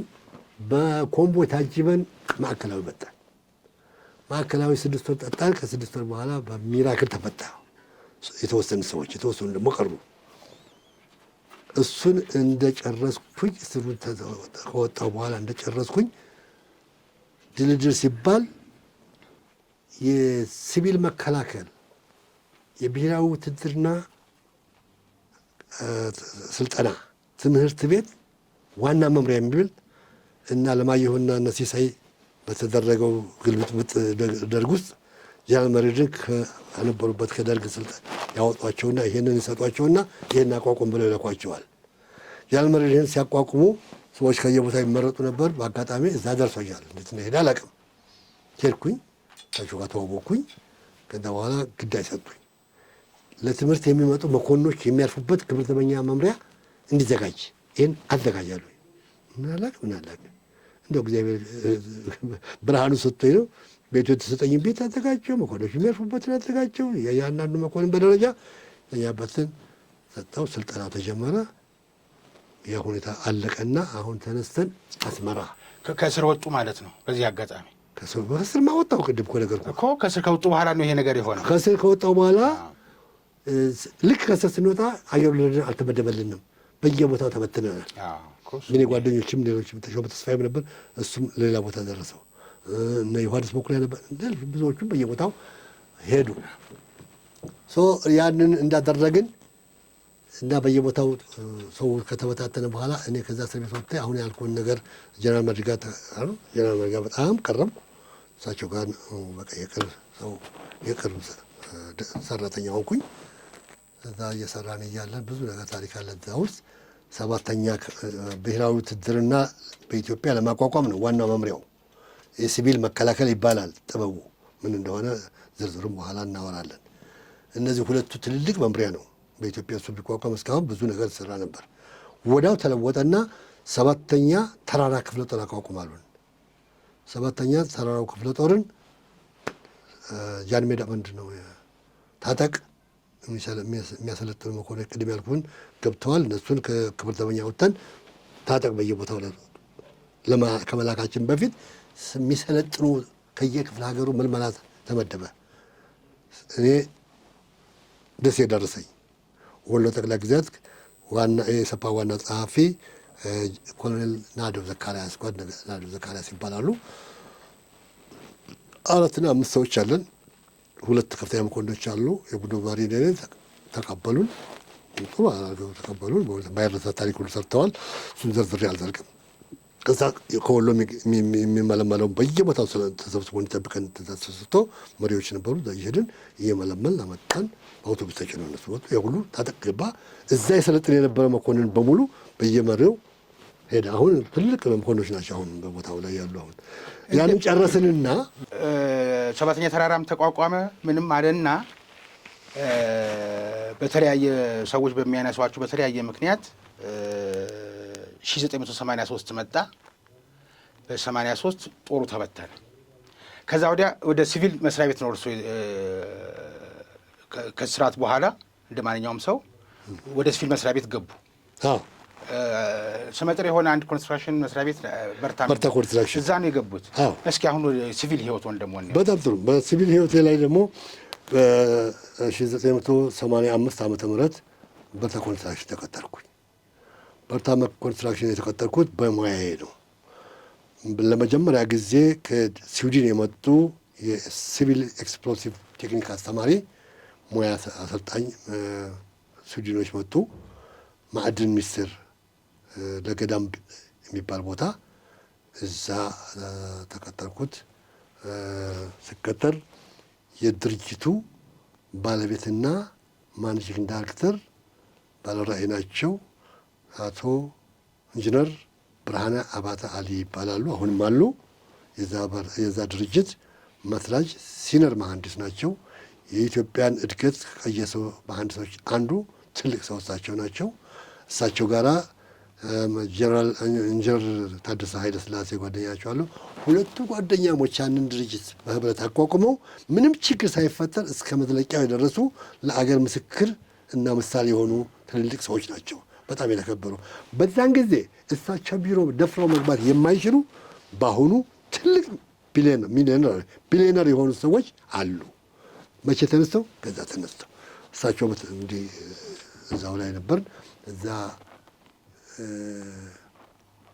ብዙ ስራዎች ተሰሩ። ጎንደር ላይ ያለ ትልቁ አሁን የሚጠቀሰው እሳቸው የሰሩት ነው። ላሊበላ ላይ ያለው እሳቸው የሰሩ ኮንስትራክሽን ህንፃ ነው። ህንፃዎች ትልልቅ አሁን ቱሪስት ምናምን እንትን የሚልበት እና ያ ሁሉ መንገዱ ይሰራ ነበር አይደል? በርታ መንገድ ደግሞ ወያኔ ድል ለማድረግ ሲገባ በእግር የገባበትን መንገድ ተከትሎ መንገድ ሰጠን። ከየት? ከላሊበላ እስከ ወገል ጤና ረዥም መንገድ ነው። ወንዝ ስለላ ነው እና እዚህ ላይ ያለ ወንዙን እንዴት አድርጌ እንደከፈልኩት ተራራውን እንዴት አድርጌ እንደከፈልኩትና መንገድ እንደተሰራ እኔ ነው የሰራሁት ከግሩፔ ጋራ ከክሩዌ ጋራ። በርታ እንደዚህ እያደረግን ያን ሁሉ ሰርቶ የመጀመሪያው የኪነ እንትን ግንባታ ባለቤት ናቸው ኢንጂነር ብርሃነ አባተ። በጣም ጎበዝ እና ብዙ ሁለቱም ኢንጂነሮች እነሱን ያህል የተነሳ አልነበረም። እዛ ጊዜ በጣም ስመጥር የነበረ ኩባንያ ነው። እስቲል አሁንም አልማማም። ልጅ ሆነ በእኔ ዕድሜ እንኳን እኔ ልጅ ሆኜ አልማማም እንጂ አለ አሁንም ትንሽ ብዙ ነገር ደርሶበታል። አሁንም መንግስት እየተንከባከበው ይመስለኛል።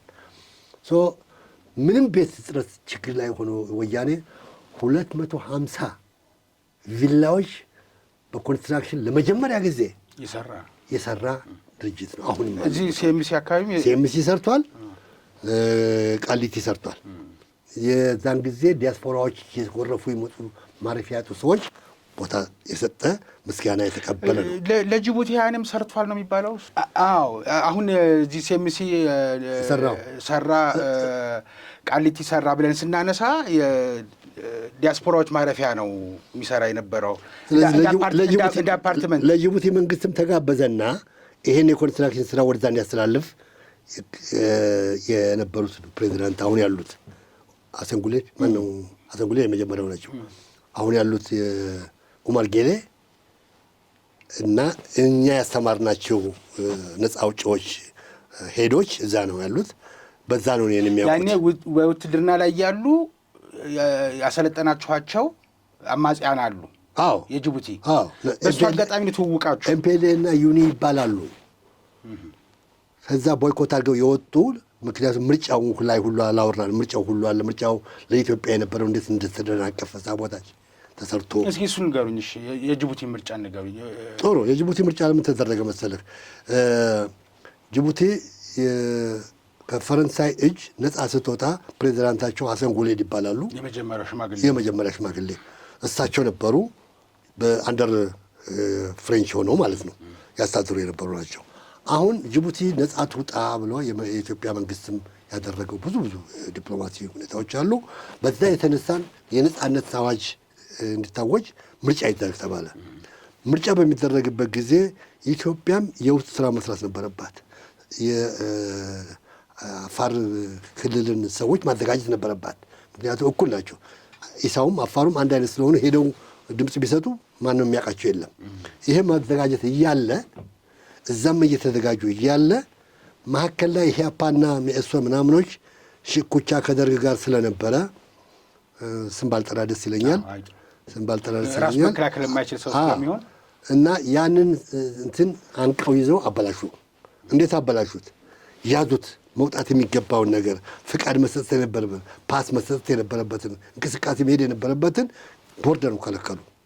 እነዛ ሰዎች ከውስጥ የተቃወሙ ግሩፖች ወጡ። አንድ ባላባት ወጡ፣ መጡ። እዚህ ፒያሳ ቤት ተሰጣቸው፣ ቁጭ አሉ። እሳቸው ሁለቱን ድርጅት አቋቋሙ። ክንፍ እሱ ሲቋቋም ክቡር ጓድ ብርሃኑ ባዬ የውጭ ጉዳይ ሚኒስትር ናቸው ነበሩ። ይህም በሙሉ እሳቸው ያውቁታል። እሳቸው ቢያወሩት ያምራል። በእሳቸው ስር ደግሞ የደርግ አባል የነበረ የእኔ ተማሪ ነበር። መጀመሪያ ፈቅ የዘርጋባቸው ይባላል። ቅድም ከነገርኩ ቁጥር ውስጥ ነው ያለው። የደርግ አባል ነው። ጫካ ለሚገቡት ታጋዮች ተጠሪ ኃላፊ ከኢትዮጵያ መንግስት ጋር የሚያገናኝ ምናምን የሚያስፈልገው ጉዳይ ወደ ብርሃኑ ባዬ የሚያቀርብ ማለት ነው። በሱ መስመር ነው የምትሄደው። እሱ ደግሞ ማንን ይመርጣል? የሚያውቀውም ሰው ይመርጣል። እኔን፣ ተሾመ ተስፋዬን፣ ዮሐንስ መኩሪያን፣ ፋንታውን ተፈሪን እነዚህ የመሳሰልን ሰዎች እንመረጥና እነዛን ሰዎች እንድናሰለጥን አፋር እንሄዳለን። አፋር ስንሄድ አወል አርባ የሚባሉ ባላባት አሉ። አወል አርባ አወል ነው። አወል አርባ ይባላል። አወል አርባ እንግዲህ ልጃቸው ይሁን አባታቸው ተቀላቅለዋል። አርባን ይመስለኛል የሚያገኙ አርባን አገኘሁና ባላባት ናቸው። እሳቸው ተቀበሉ። እሳቸው በደንብ በሚገባ ቦታ ላይ እኔ ያለሁበት ለብቻ ነው። ዩኒን ይዤ ነው የሄድኩት። ኦዲህ ደግሞ የጠቅላላ ኃላፊ ኮሎኔል ዘሪሁን አጋፋሪ ይባላል። እነ ተሾመ ተስፋዬና ዘሪሁን ዮሐንስ መኩሪያ ደግሞ ኦዲህኛው ፒኤል ሆኑ። ብቻዬን የተወሰኑ አሰልጣኝ ተሰጠኝና ወጣ ወደ ወዙ ሜዳ ላይ ሄድኩኝ። እዛ ሰፈርኩ። የዛ ቦታ ኃላፊ ትምህርቱም ኃላፊ የስራውም ኃላፊ ነበርኩና እሳቸው ናቸው የሚቀርቡኝ። ከእሳቸው ጋር የማወራው ያንን ጨረስንና መጨረሻ ላይ ሁለቱ መቀላቀል ነበረባቸው። የፖለቲካ አንድነት ያን ፖለቲካ ማዕድ ደግሞ ኮሎኔል ብርሃኑ ባዬ ባዘጋጁት ፎረም እነሱን ሰዎች ማገናኘት ነበረብን። እኔ እነዛን ይዤ መጣሁ። እዚህ ጉባኤ ተደረገ። የፖለቲካ አንድነት ተፈጠረ። ከዛ በኋላ ኡመር ጌሌና እነዚህ ሰዎች መደራደር ጀመሩ። በትልቁ ሰውዬ አማካኝነት የእኛ መንግስት ይኖርበታል ብዬ አስባለሁ። ከዛ እንዲገቡ ጉዳዩ ነው የሚቆም ገቡ። ስልጣን ተሰጣቸው፣ ኃላፊነት። ከዛ ውስጥ አንዱ ስልጣን የተሰጠው ስለዚህ ያን ስልጣን ከተቀበሉ በኋላ ኑሮው ጥሩ ሆነ። ጊዜው አለፈ። እኔም በርታ ኮንስትራክሽን መቀጠር 85 ጀመርኩ። ከዛ በኋላ ያለው ጉዞ ወደ አሰብ ነበር የምንሄደው። አሰብ ልክ ሲዘጋ የጅቡቲን በር ከፈትና ጉዞ ወደ ጅቡቲ ሆነ። አሰብ የምትሄዱት ደማሚት ልታመጡ ነው? አዎ፣ እዛም የምንሄደው እሱ ነው የምናመጣው። ምክንያቱም እሱ በዛን ጊዜ የደማሚት በከተማዋ ላይ ባለቤት ኢንጂነር ብርሃኑ ናቸው። ኢንጂነር ብርሃኑ ነው ያልሰሩት ስራ የለም እኮ እሳቸው በእውነት አሁን ይገርማሉ አሉ አሁንም እና በጣም አዋቂ ትልቅ ሰው ናቸው።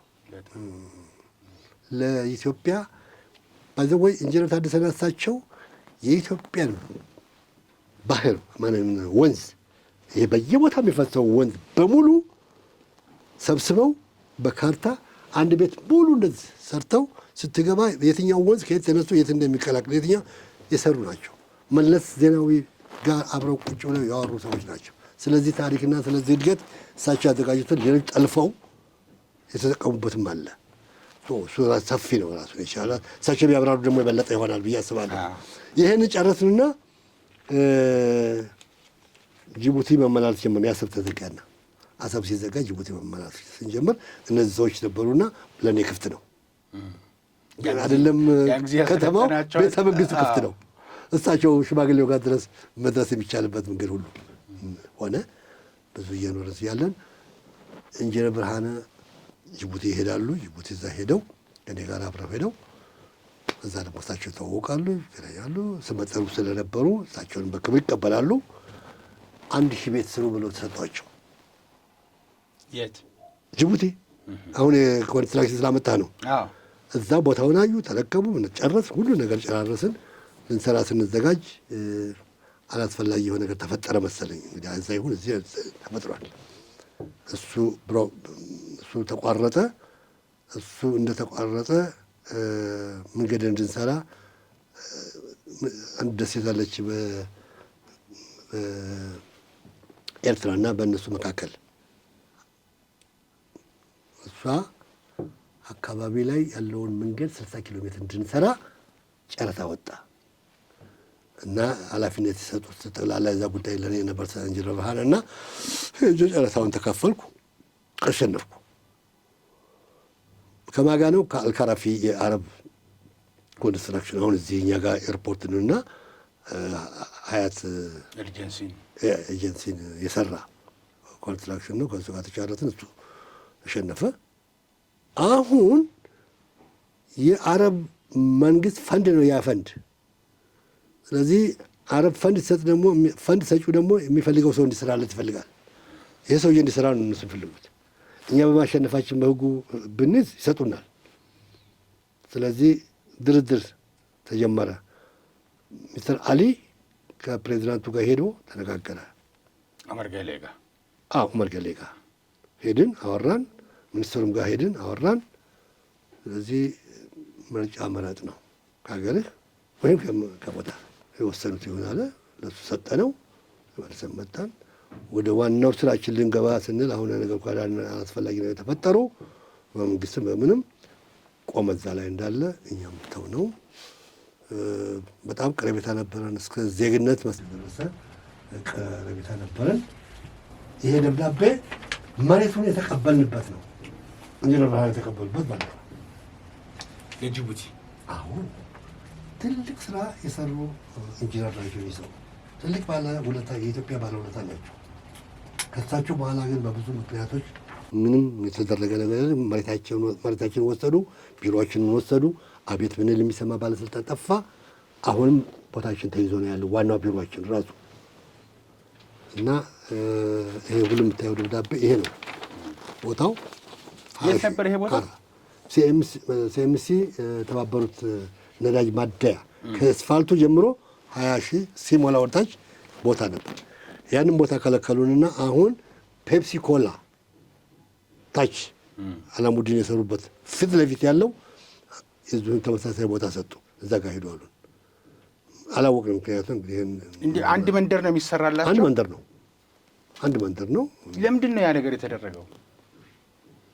በጊዜ አይደለም ከነበረው እንግዲህ መንግስት መለስ የሚያስበው ነገር ይኖራል። ተስፋዬ መስፈን የሚያክሉት ነገር ይኖራል። ጅቡቲያኖችን በእረፍት ጊዜያቸው እየመጡ አዲስ አበባ ነው የሚያርፉት። በየሆቴሉ በየምኑ ለምን በራሳቸው በቤታቸው አይኖሩም? ፌቨር አናደርግም? ለምን አንዋህድም? አንቀራረብም? አይነት ነገር ይመስለኛል የሚበጃ ያለው ሞስትሊ ኢንጂነር ብርሃነ ያውቁት ይሆናል ሚስጥሩን። የእሳቸው ባዘዙ መሰረት ነው የሚሰራው። ይሄ ሁኔታ ይሄ ነበረ። ይሄንን ግን ስከታተል እዚህ የደረስኩ ሁኔታ ሁሉ ተዋውለናል ከመሬት እና ተሰራ። አሁን ባዶ አይደለም እንዴ? አሁን እና ቆይ ነገር አለ። ይሄ የክቡር ፕሬዚዳንቱ ፓላስ የሚሰራበት ዲዛይን ነው። እሱም እዛ ቦታ ላይ ነው። እሱ ደግሞ ለብቻው ነው። እሱ ደግሞ የት ነው? አውሮፕላን ማረፊያ አካባቢ ወይም ደግሞ መድኃኔዓለም አሁን አለ በተሰራ ቤት ወደ መድኃኔዓለም ፊት ለፊት ያለው ሰንሻይን ፊት በስተግራ በኩል ያሉ ቦታዎች 3 ቦታዎች ለሚኒስትሩ ተሰጡ። ከጀርባው ለኤምባሲ ሰጠ። አሁን ኤምባሲው ሰርቶ ገባበት አሁን ያለበት ቦታ እነዚህ ዲዛይኖች ነበሩ።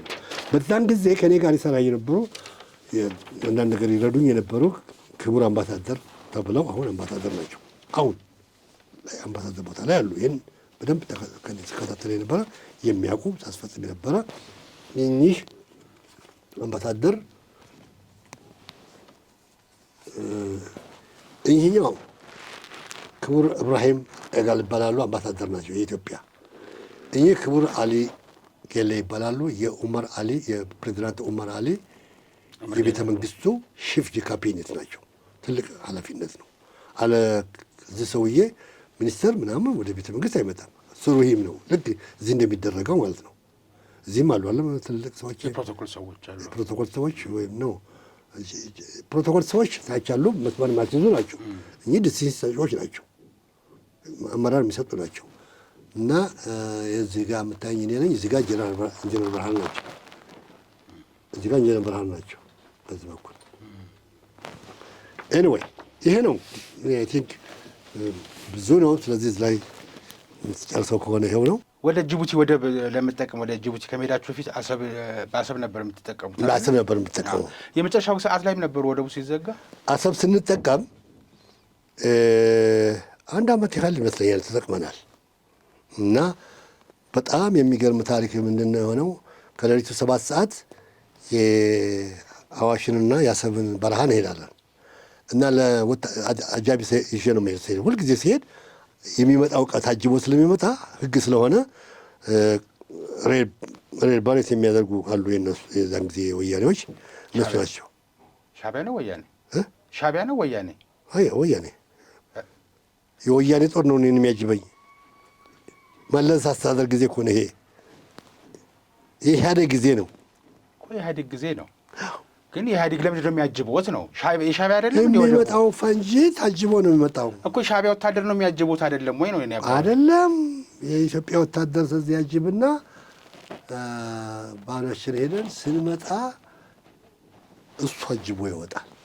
የመጨረሻው ቀን አጃቢዎች መሳሪያ ላይ ሊዳር ነው ትተን የምንሄደው። ባዶ እጅ ነው የሚገባው። መሳሪያ ይዘህ አትገባም። ያው ዩኒፎርማቸውን ለብሰው ምናምን ይሄዳሉ። እና አንድ ቀን ልንሄድ 1 ቀን ሲቀር ነው መሰለኝ በየቢሮ ሰዎች አሉ ማነጋገራቸው።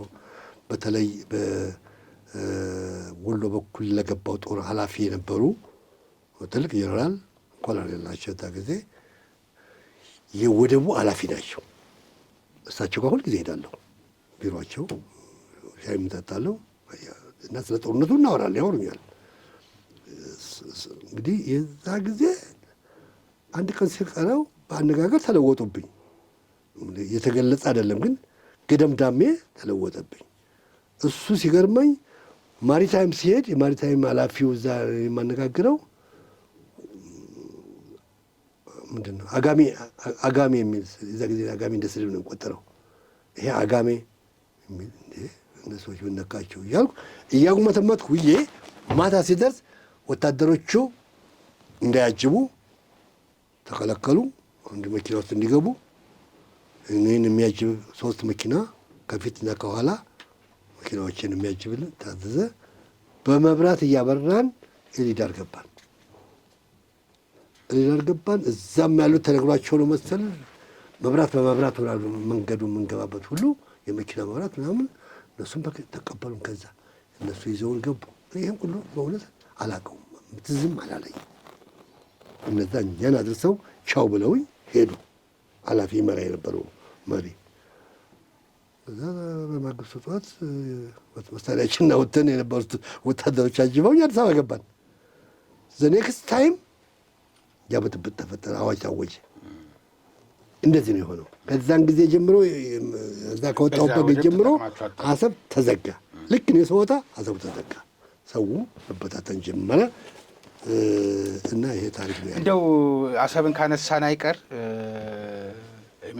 ጥያቄንም እያገባደድኩኝ ስለሆነ በባህር ወደብ የተጠቀመ ሰው እና ያልተጠቀመ ሰው ልዩነት አለው። እኔ አሁን ስለ ወደብ ስሜት እቃው ስለ ቅልጥፍናው ስለ ባህር አገልግሎቱ እቃው ስለ ማውረድ ስለ መጫኑ ምናምን የምናገረው ነገር ይልቅ እርሱ የሚናገሩት ነገር ይበልጣል። አሁን ኢትዮጵያ ደግሞ የተቆለፈባት ምድር ሆናለች። ባህር ወደብ የላትም። let me tell you one thing የወደብ አንገብጋቢነትና ተፈላጊነት በክቡር ኮሎኔል መንግስቱ ኃይለማርያም ጊዜም ያንገብጋቢ ነበር። ያ በመሆኑ ከአሰብ በታች ባለው 40-50 ኪሎ ሜትር ዝቅ ብሎ ባህሩን ወደብ ሰሩ። ይህን ታውቃለህ? እንዴት? ባህሩን ድንጋይ ተሞልቶ ወደ ውስጥ ደሴት እየተሰራ ነበር። እንደ ሰርጥ ነገር እንድትሆን እንደ ሰርጥ ነገር ተሰራ። አለ አሁንም አላለቀም። እሱን ሌት ቀን ይሰራ ነበር። አፈር እየተጋዘ ድንጋይ እየተጋዘ ውሃው እየተሞላ ኦልሞስት ሰርፌስ ላይ ደርሶ ይሄደ ነበረ። እንግዲህ ያኔ በምጽዋም እየተጠቀምን በአሰብም እየተጠቀምን ተጨማሪ ነገር ነው። ተጨማሪና ምናልባት እሳቸው በሚያውቁት መሰረት ስጋት እንደነበረ አውቃለሁ።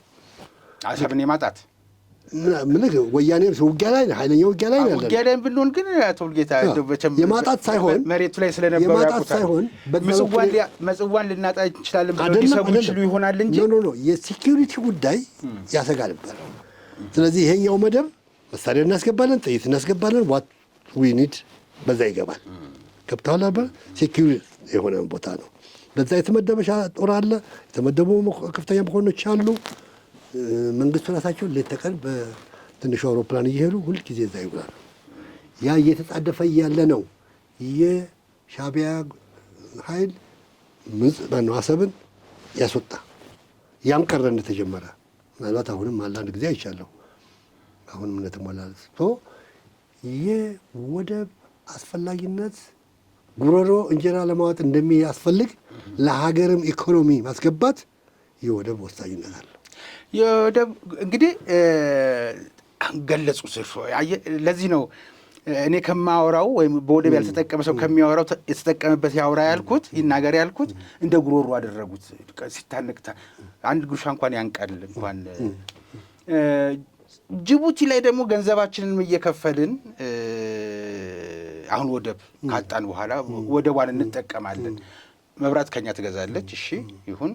ንጹህ የመጠጥ ውሃ ደግሞ እኛ እንሰጣታለን። ዴፊኒትሊ 30% የሚሆነው ፍራፍሬዋን እኛ ነን የምንሰጠው። ምንም ጥያቄ ነው። በጣም ብዙ ነገር ከኢትዮጵያ እየተጠቀመች አሁን ይህን ሰሞን አንድ ያልተለመደ ባህሪ አምጥታለች። ከነ ግብጽ ጋር አውላ ካደረች በኋላ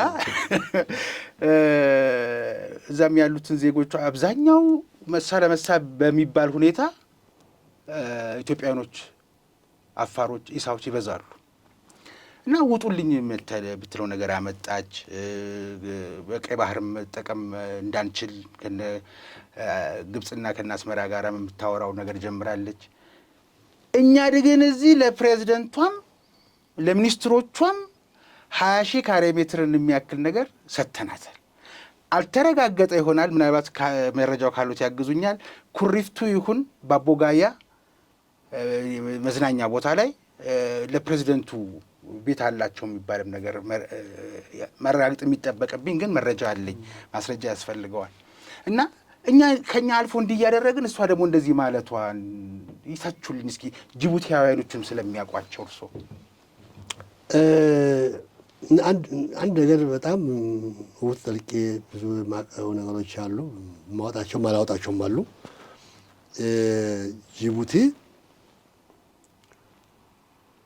የሚያሳብል ክኒን ካልወሰዱ በስተቀር ጅቡቲ ያለ ኢትዮጵያ በማንም ድጋፍ አትኖርም። ይህን አረጋግጥልሃለሁ። መሰረቷ ኢትዮጵያ ነው። መሬቷ ኢትዮጵያ ነው። ውሃዋ ኢትዮጵያ ነው። እነዚህ ሰዎች ምናልባት ጥይት ያቀብሏት ይሆናል፣ ምናልባት ቴክኖሎጂ ነገሮች ያቀብሏት ይሆናል። ነቲንግ አለዚህ ምንም ነገር የለውም። ለዚህ ማስረጃው የሚሆነው እዛ ውስጥ ያሉ ነገሮች በሙሉ የኢትዮጵያ ናቸው። የኢትዮጵያ ውጤቶች ናቸው። አይደለም ለነሱ እነሱን አልፎ ለአረቦች የሚደርስ የኢትዮጵያ ውጤት ነው በተለያየ መንገድ። ይሄ እየታወቀ የጊዜው ፖለቲካ ሆያ ሆዬ አታሏቸው ካልሆነ በስተቀር እኚህ ፕሬዚዳንት ኢትዮጵያን እንደ እናታቸው እንደሚያዩ እንደሚወዱ አውቃለሁ። በቅርብ አውቃለሁ። አማርኛም አቀላጥፎ ነው የሚናገሩት። በጣም አውቃለሁ። ድሬዳዋ ነው የተማሩት። በጣም አውቃለሁ። አዲስ አበባ መጥተው የሚዝናኑት ቦሌ አካባቢ ያለው ቤታቸው ነው። ትልቅ ቤት የተሰጣቸው እዛ ጋር። አሳይታ አካባቢ አፋፍ ላይ ያለው ከጅቡቲና ከእንትን መካከል ተራራ ሙቀት ሲመጣ እዛ ነው የሚጠለሉት። ይህም የኢትዮጵያ መሬት ነው እና ይህን የመሰለ ፕሪቪሌጅ እያላቸው ወደ ሌሎች አገሮች ማዘንበላቸው ፖለቲካዊ ሂደት ካልሆነ ፖለቲካዊ መላላት ካልሆነ በስተቀረ ከኢትዮጵያ የተሻለ ለጅቡቲ ወዳጅም ዘመድም የላትም እና እኔ ይህን አረጋግጣለሁ። ይህን ደግሞ አምንበታለሁ። ስለዚህ ትንሽ ነገር ቢደርስባቸው በኢትዮጵያ ይጠፋሉ፣ ድርጊት ቢኖራቸው በኢትዮጵያ ይለማሉ። እንደዚህ ያለ ይሉታ ያላቸው የሌሎችን ሀገር መጋበዝ በብዛት የውጭ ምርት ኢምፖርት ኤክስፖርት ብለው እንደ ትልቅ ነገር የሚያወሩት እኮ በዙሪያ በኢትዮጵያ ዙሪያ ያሉት ሀገሮች በእኛ ኮንትሮባንድ እኮ ነው የሚጠቀሙ። ደፍኔትሊ። ስለዚህ እኛ ሌላው ቢቀር ምንም እንደነሱ ክፉ አንሁን፣ እዚህ ያለውንም ቤትሽንም እንወርሳለንም አንልም፣ ብርቱካኑንም ልንሰጣት እንችላለን። ግን ኮንትሮባንዱን ብናቆመው ዙሪያችን ያሉ ሀገሮች የሉም። ይህን ማሰብ አሁን የአፍሪካ አንድነት መሪ የሆነው የመጡት የውጭ ጉዳይ ሚኒስትሩ የውጭ ጉዳይ ሚኒስትር የነበሩት ይህም በሙሉ አሁን ያወራሁትን በሙሉ አብረን የሚያውቁ አብረን የምናወራ የነበር ናቸው። ይህም ቤት ሁሉ የሚያውቁ ናቸው።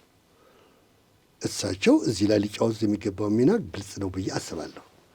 ይሄ ደግሞ የእኛ መንግስት ይህን እንጠቀምበታል ብዬ አስባለሁ።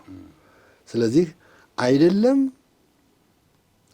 ጅቡቲ፣ ሶማሌ ራሷ ለኢትዮጵያ ትኖር። ኢትዮጵያ የምትልከው ኮንትሮባንድ ከብትና በግ ነው የሚያኖራቸው። አይደለም ለጅቡቲ አልፎ እዚህ አሁን በተቋቋመው ፋብሪካ ለአረብ ሀገር የሚሄደው እሱ ነው። እኔ እሱን ላቋቁም ነው የነበረ ዝግጅት ነበረኝ። ከብት ከዚህ ታርዶ ስጋ ኤክስፖርት ጀምረ ነው ነበር። በጣም በምን ምክንያት ቆመ? ሌላ አንዱን ስለ አንዱ የእርሱ መግቢያ ላይ ሰውየው ብዙ ናቸው ያልኩት ለዚህ ነው። አንዱን ሲባል አንዱን አሁን ትናንትና በ1950ዎቹ ላይ ወደ እስራኤል ሄዶ አየር ወለድ ትምህርት ተምሮ የመጣ በወጣትነት በጉብዝና ወራት ከዛ በውትድርና ህይወቱ መዝለል ብቻ አይደለም ከመሬትም ደግሞ ሎጂስቲክ እያቀበለ የነበረ ሰው እንዲህ እያልን መጣንና እንደው በርታ ውስጥ ደግሞ ገባን። ከዛ ደግሞ አሁን ጅቡቲ ሄድን እና ብዙ ናቸው ያልኩት ለዚህ ነው። ታሪኩ ተነስቶ የሚያልቅ ስላልሆነ እንደው ግን ሁለቱንም እንደ ኢትዮጵያዊነትም ኢትዮጵያ ሶማሌላንድ በኢትዮጵያ ኮንትሮባንድ ቀንድ ከብት በልታ እንደምታደር እናውቃለን። ጅቡቲም ብትሆን ብዙ ነገሮች አሉ ከኛ የምትወስደው በጠመዝማዛው በኩልም ቢሆን አስመራ የምትጠቀመውም ከኢትዮጵያ በሚሄደው ነገር ፊት ለፊት የሚደረግ ነገር የምትገበየው ነገር የለም እንኳን ቢባል እንደ ኢትዮጵያዊ ብቻ ሳይሆን ጅቡቲያኖች እንደሚያውቋቸው ባለኝ መረጃ አሁን ያሉት የአፍሪካ ህብረቱንም ሰው ያውቋቸዋልና እንደው እኔ አንድ ዜጋ እባካችሁ ተውን፣ የአረብ ሊግ አገርም ስለሆነች ተውን ብለው ሽምግልና ልላክዎት ብል ምን ይሏታል? ጅቡቲ እኔ አንድ ዜጋ ብልክዎት ማለት አንተ ብትልከኝ ክቡር ዋና ራሳ የሆነውን ሰው ባገኝ የማነጋግረው ኮት ለብሶ እንደሚሞቀው ኮቱን አውልቆ ብርድ ላይ ቢቆም ሸሚዙን የማያድነው ሰው ነው ኢትዮጵያን ማጣት ብዬ ነው የምተረጉመው። ኮትን ስትለብስ ምን ይሰማሃል? ሙቀት፣ ደህንነት፣ ጤንነት ይሰማሃል። ተብርዱ ተከላክለሃል። ሸሚዝ ስትለብስ ደግሞ ሸሚዝ ይህንን ሁሉ ሊያድን አይችልም።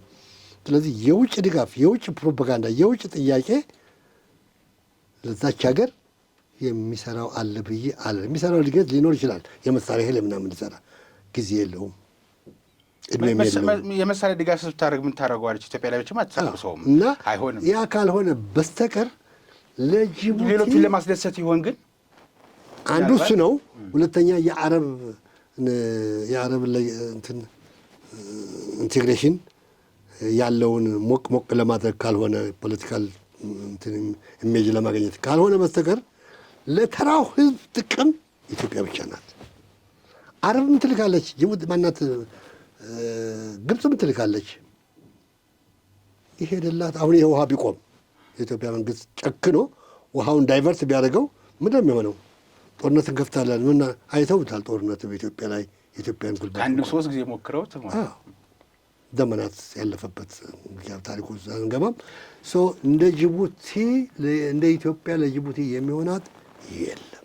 ስለዚህ እባክሽ ሁለተኛ የመጨረሻውን ቅድም ያልከው ትልቁም ነገር ሰው የኢትዮጵያ ህዝብ ገብቶት ጠረፉን ዝግት ቢያደርግ ጅቡቲ ውሃ ጥም ነው የምትሞተው። አሁን ውሃ ገብቶላት መብራት ገብቶላት በዛን ጊዜ ያለውን አቅም የመብራትን ያውቀዋለሁ። አሁን ያላትን አቋም አውቃለሁ። ይህን ሁሉ ታጣለች። ከግብፅ ነው የምታገኘው፣ ከሳውዲ ነው የምታገኘው፣ ከየትም አታገኘው። የሚሻለው የኢትዮጵያን እንደ ወንድም ድሮ እንደሚያደርጉት መጥተው እዚህ ቁጭ ብለው የሚያደርጉትን ነገር ያውቃሉ። እሳቸው ጊዜያቸውን ሲያሳልፉ የሚሆነው ሁኔታ ያን እየተዝናኑበት ሙቀቱ ሲመጣ እየተቀበልናቸው እያስተናገድናቸው በዛ ቢኖሩ ወንድሞቻችን ናቸው፣ ስጋዎቻችንም ናቸው እኮ ተዋልደናል እኮ ከኛ ኢትዮጵያኖች። ለዚህ እኮ ነው። ስለዚህ ለምን ይሸጡናል በገንዘብ? አልጎዳቸውም፣ አልጎዳናቸውም፣ አልበደልናቸውም።